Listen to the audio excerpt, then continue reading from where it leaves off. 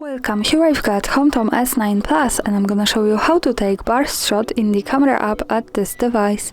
So at first we have to tap on the camera button to open it, and for now we are in the standard photo mode. To take the burst shot we have to tap on the shutter button a little bit longer. Let me show you. As you can see, now we can take many pictures at the same time in a really fast way. The maximum number is 40, but we can change this by going to the left corner at the bottom. When we tap here we can open the advanced camera settings. Now let's focus on the settings bar.